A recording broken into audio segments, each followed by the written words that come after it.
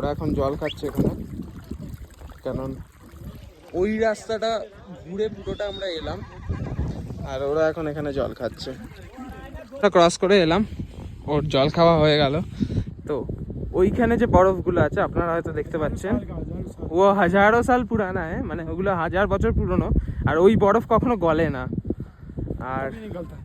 আর এদিকে দেখুন, এদিকে পুরো একদম পুরো টোটাল ভিউটা দেখুন, ওদিকেও লোক আছে আর এদিকেও লোক আছে।